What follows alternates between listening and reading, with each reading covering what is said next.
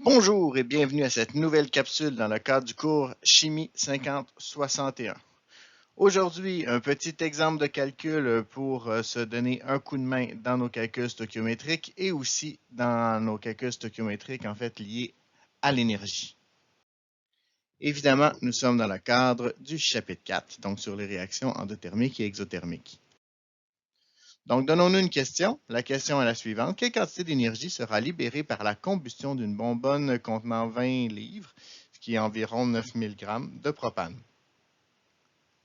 On a la formule chimique du propane et on a la formule du propane avec son énergie de combustion. La première chose, 9000 grammes, j'aime pas ça. On va commencer par transformer ça en mol pour être capable de travailler en stoichiométrie comme on l'a toujours fait. Donc, 9000 grammes, ça me prend la masse molaire du propane, donc 3 fois 12, qui est la masse molaire du carbone, plus 8 fois 1, qui est la masse molaire de l'hydrogène, ce qui me donne un total de 44 grammes. Par la suite, je vais faire mon produit croisé pour être capable d'aller chercher mon nombre de moles, ce qui me donne 204,55 moles. Deuxième étape, la stoichiométrie. Donc, je sais qu'une mole, parce que c'est une mole qu'on avait au niveau de ma formule, donc je sais qu'une mole donne 2220 kJ. Moi, j'aimerais savoir pour 204,55 moles, ça me donnerait combien de kilojoules? Donc, j'effectue mon produit croisé, ce qui me donne un total de 4,54 fois 10 à la 5 kilojoules. Donc, on a qu'à trouver notre énergie.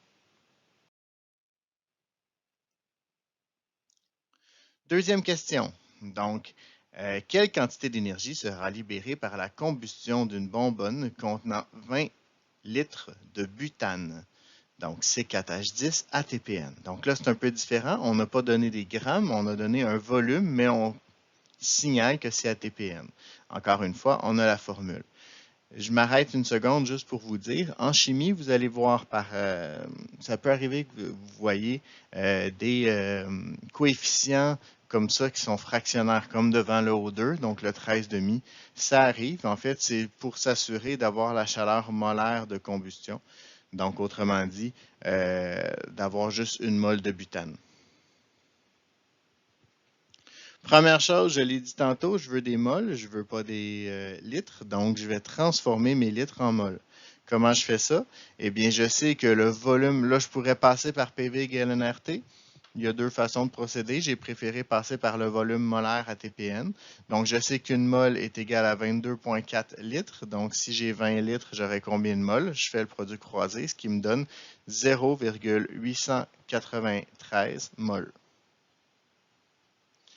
Par la suite, encore une fois, comme tantôt, je fais mon calcul stoichiométrique. Une fois que j'ai mes moles, c'est toujours la même chose. Donc, je sais qu'une mole libère 2654 kJ. Moi, j'aimerais savoir si j'ai 0,993 moles, ça me donnerait quelle énergie. Donc, je fais mon produit croisé, ce qui me donne mon énergie. Je m'arrête une seconde juste pour dire qu'il y a une chose que je n'ai pas fait dans le problème qui est important de faire si vous avez des problèmes comme ça à l'examen. C'est bien de répondre à la toute fin par une phrase. Donc, la réaction libère tant d'énergie. Donc, c'est important d'être capable de l'écrire avec une phrase à la fin de votre problème. Troisième question, un petit peu plus complexe celle-là. Donc, quelle quantité d'énergie est nécessaire à la vaporisation de 250 grammes d'éthanol conservé à 4 degrés Celsius? Ici, on a un tableau. Ce tableau-là, généralement, va être fourni soit en annexe de votre livre pour vos exercices ou soit en annexe du questionnaire, mais cette information-là ne vous est pas nécessairement donnée dans la question. Ici, j'ai préféré le laisser dans la question juste pour qu'il soit à portée de main quand on va travailler avec lui. Donc, ce qu'il faut comprendre du problème, c'est que je dois faire deux choses. La première chose, c'est que je dois amener l'éthanol à sa température de vaporisation. Et la deuxième chose, c'est que rendu à sa température de vaporisation, je vais devoir évidemment lui fournir l'énergie pour pouvoir procéder au changement de phase. Donc, sa température de vaporisation, c'est 79 degrés Celsius. C'est une donnée qui va être très importante dans le problème. La première chose, je vais vouloir l'amener justement à 79 degrés Celsius, comme je le disais. Donc, je vais chauffer ma substance. Donc, je partais de 4 degrés Celsius pour l'amener à 79 degrés Celsius. Donc, ça va être mon delta T qui va être ici.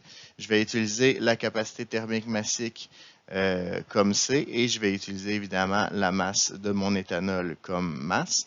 Et à ce moment-là, je vais trouver le Q de ma réaction. Donc, le Q, c'est ici 46,1 kJ. Dans un deuxième temps, je vais devoir procéder au changement de phase. Donc, je sais qu'une mole est égal à 46 grammes. Si j'ai 250 moles, je vais vouloir savoir le nombre de moles total qui est de 5,43. Pourquoi je fais ça?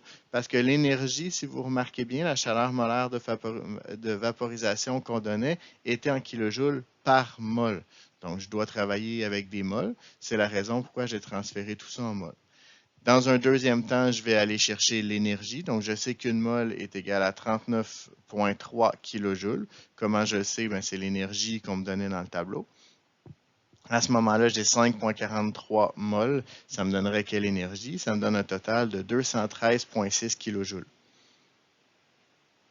Et dernier calcul, évidemment, je vais simplement additionner les deux énergies, ce qui va me donner 259,7 kJ, qui est ma réponse.